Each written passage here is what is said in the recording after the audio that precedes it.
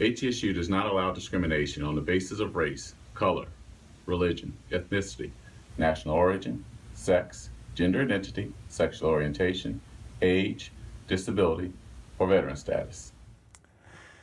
Dating violence, domestic violence, sexual assault, stalking, harassment, and retaliation are all forms of discrimination prohibited by ATSU.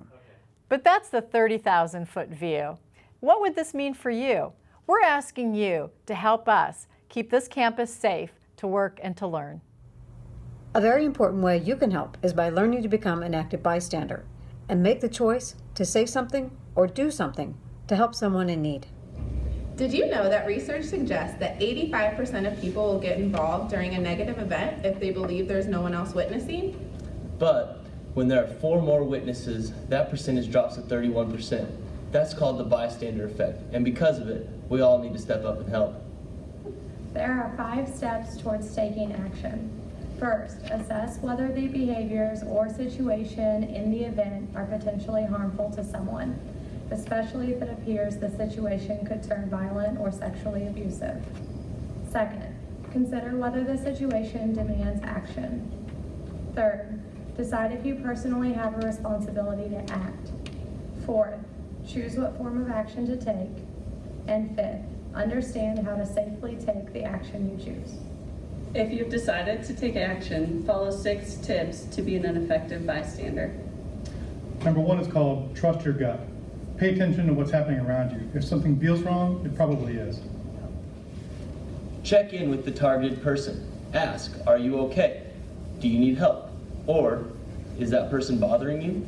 Simply asking in front of the harasser lets the harasser know that someone is watching. Tip number 2 is called making your presence known. Let the harasser know that you see them and that you know what they're doing. Make it clear from a nonverbal sense that you recognize that they are doing something wrong and don't approve of their communication or behavior. Make eye contact, frown, or scowl, or get someone else involved to help. Tip number 3 is called the distraction. If it feels safe, try to come between the person and the harasser. Create a commotion to allow the person to leave or to be led away by someone else. Bump into the harasser, spill a drink, or pretend you know them and are trying to guess their name, but never put yourself in danger.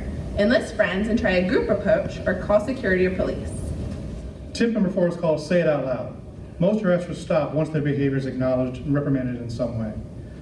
Use 3 simple steps to call them on their behavior. 1. Name the act. You're groping her. 2. State the principle. That is not okay. And 3. Make a command. Stop harassing people. Perhaps the best way to help stop a negative event is to simply be a good role model.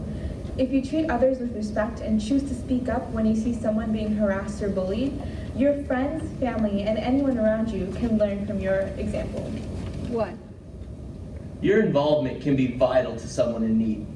If you assume someone else will step in to say or do something, you may be wrong. Commit to being an active bystander. If you see something, do something. Who knows? You may even save a life.